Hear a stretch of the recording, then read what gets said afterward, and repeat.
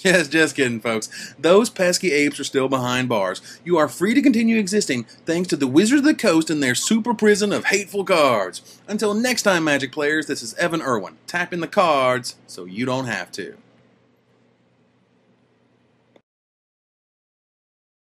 When you get to something like free spells, or even something like Storm, which is free spells, kind of, there's sort of this correlation you can draw.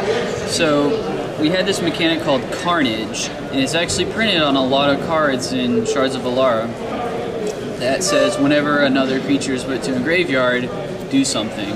So Death Greeter gives you a life when a creature dies. Algae Gariel gets a +1/+1 counter.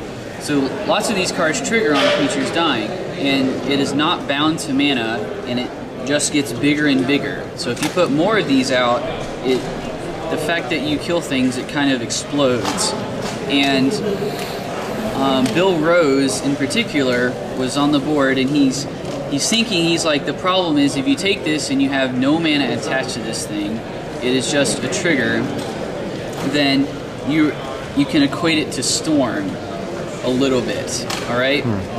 Storm is for each spell played this turn, do something so many times. This is whenever creatures die, do something for free. And he says that is dangerous, alright? That is not good design space. It's not places Magic should be going frequently.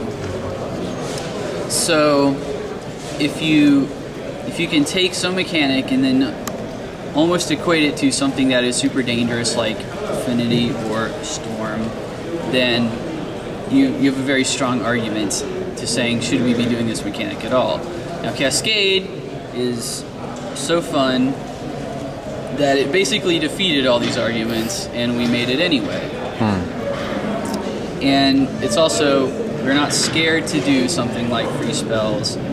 We're just very careful when we do something like free spells.